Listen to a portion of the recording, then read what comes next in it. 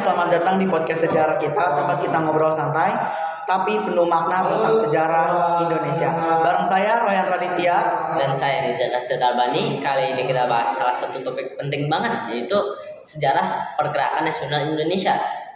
Betul banget, Jar. Ini momen penting dalam perjalanan bangsa kita menuju kemerdekaan. Pergerakan nasional itu jadi tonggak awal munculnya kesadaran rakyat Indonesia sebagai satu bangsa. Kita masuk ke topik pertama, yaitu awal mula pergerakan nasional. Jadi pergerakan nasional Indonesia dimulai muncul sekitar awal abad ke-20, ya kan?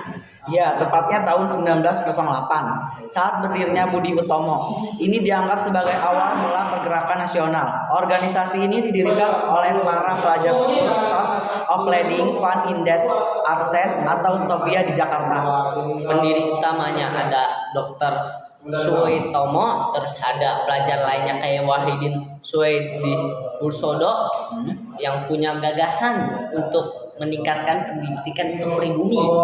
Nah, dari sinilah munculnya semangat baru, orang-orang mulai sadar bahwa untuk bisa maju, bangsa Indonesia harus bersatu dan berpendidikan.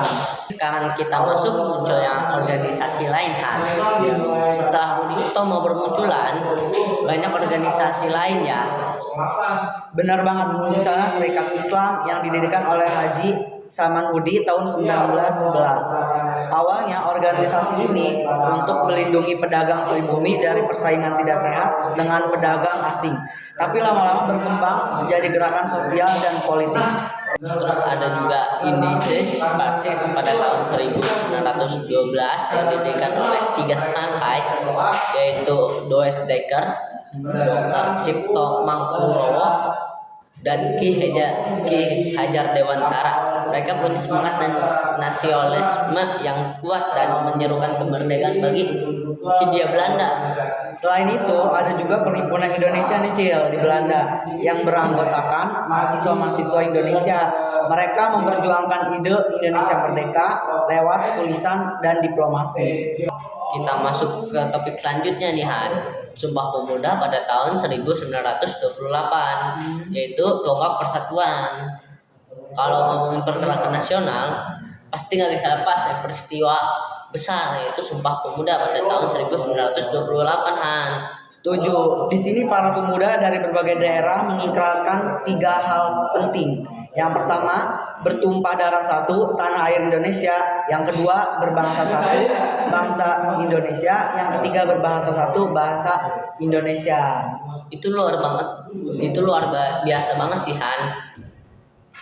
Karena saat itu masyarakat masih terpecah-pecah berdasarkan suku dan daerah. Tapi lewat Sumpah Pemuda ini, mereka disatukan dalam satu identitas, yaitu Indonesia. Dan jangan lupa, di Kongres itulah pertama kali lagu Indonesia Raya ciptaan W.R. Supratman dikumandangkan.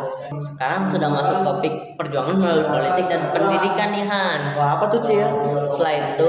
Setelah itu pergerakan makin kuat. Ada partai-partai politik kayak PNI, Partai Nasional Indonesia, yang didirikan oleh Soekarno pada tahun 1927-an. Tujuannya jelas, membuat Indonesia merdeka sepenuhnya, Han. Oh, betul tuh, Cil. Tapi perjuangan mereka nggak gampang. Banyak tokoh yang ditangkap dan diasingkan oleh Belanda, kayak Soekarno, Hatta, dan Zahrir. Tapi semangat mereka nggak pernah padam. Selain politik, perjuangan itu dilakukan lewat pendidikan nih, Han. Misalnya taman siswa yang didirikan oleh Ki Hajar Dewantara dan Muhammadiyah yang bergerak di bidang sosial dan pendidikan. Ya, karena mereka sadar bahwa pendidikan adalah kunci untuk membebaskan bangsa dan penjajahan. Bukan cuma fisik, tapi juga pikiran.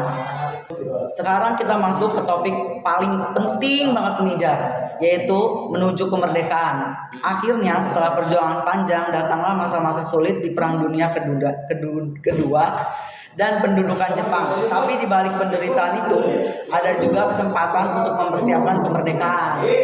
Tepat, Tuhan. Jepang memang menjanjikan kemerdekaan bagi Indonesia walaupun punya tujuan politik sendiri, tapi kesempatan itu dimanfaatkan pada tokoh-tokoh kita, Han. Sampai akhirnya Jar, pada 17 Agustus 1945, Soekarno dan Muhammad Hatta memproklamasikan kemerdekaan Indonesia dan perjuangan pergerakan nasional selama puluhan tahun akhirnya terbayar lunas. Nah, itu jadi puncak dari seluruh perjuangan rakyat, Han. Dari pendidikan, organisasi, politik, hingga diplomasi, Han. Apa sih makna bagi generasi sekarang, Han? Kalau dipikir-pikir, semangat pergerakan nasional itu masih relevan banget buat kita sekarang. Iya Jar, dulu mereka berjuang melawan penjajahan. Sekarang kita berjuang melawan kebodohan, kemiskinan, dan perpecahan. Kita bisa terus melanjutkan semangat mereka lewat hal-hal sederhana ya, Han. Seperti belajar dengan sungguh-sungguh, menjaga persatuan, dan berbuat baik kepada masyarakat. Setuju banget, karena kemerdekaan bukan cuma hadiah, tapi hasil perjuangan dan kesadaran bersama. Oke Jar, akhirnya kita sudah sampai di obrolan kita yang terakhir. Mungkin itu obrolan kita tentang sejarah pergerakan nasional Indonesia. Semoga bisa bikin kalian makin semangat mencintai negara ini. Terima kasih sudah dengerin. Jangan lupa follow podcast sejarah kita dan tunggu episode berikutnya. Sampai jumpa dan merdeka.